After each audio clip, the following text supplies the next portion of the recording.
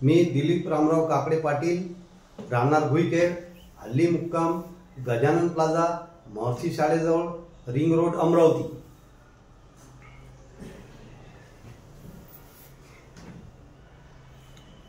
विषय ग्रामसभेत चर्चेकरता झालेला ग्रामसभेचा ठराव विषय सूचीवर घेण्याबाबत श्री बेंडोजी महाराज संस्थान, रजिस्टर नंबर A659, भुईखेड, तालुका चांदूर, रेल्वे, जिल्हा अमरावती।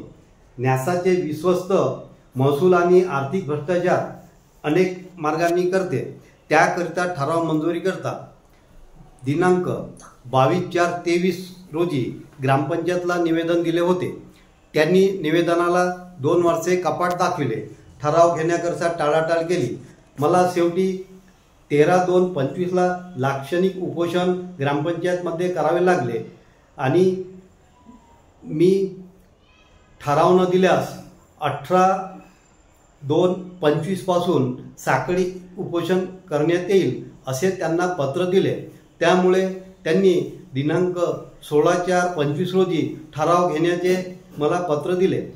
परंतु आमचे दुर्दैव असे की आमच्या गावाचे माजी जिल्हा परिषद मेंबर देशबंधू गुल्हाने त्याच दिवशी मृत्यू पावले असल्यामुळे सर्व गावची मंडळी त्यांच्या अंत्ययात्रेला गेली। त्याच दिवशी अमरावतीला विमानतळाचे उद्घाटन असल्यामुळे एक मोठा गट अमरावतीला गेला।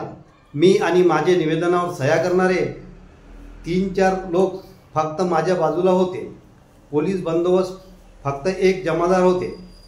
प्रवीण दिनकर भुईखेडकर हे माझे जिल्हा परिषद मेंबर तसेच श्री बेंडोजी बाबा संस्थानचे विश्वस्त आहे, तसेच समाज कल्याण वसतिगृहाचे अध्यक्ष आहेत आणि पोलीस चौकी मंदिराच्या एका रूममध्ये आहेत। शासनाने देवस्थानची शेतजमीन जाहीर लिलाव हर्रास करून वहिवाटीसाठी देण्याचे आदेश दिलेले असताना आदेशाची पायमल्ली केली जाते। हर्रास जाहीर लिलाव होतच नाही।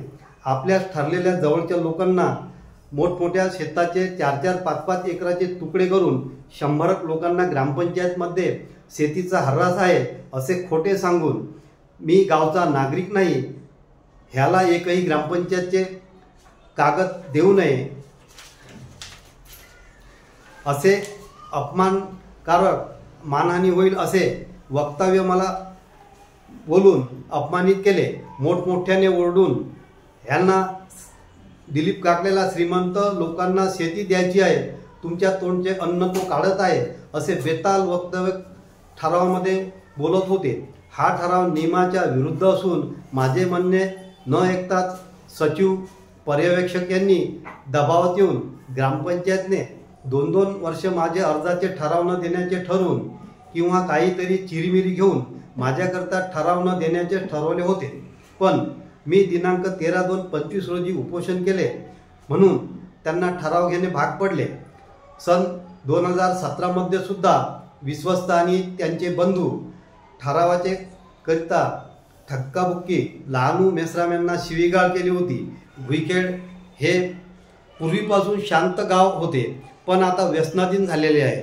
भुईखेडचे बीड किंवा बिहार होईल असे वाटते।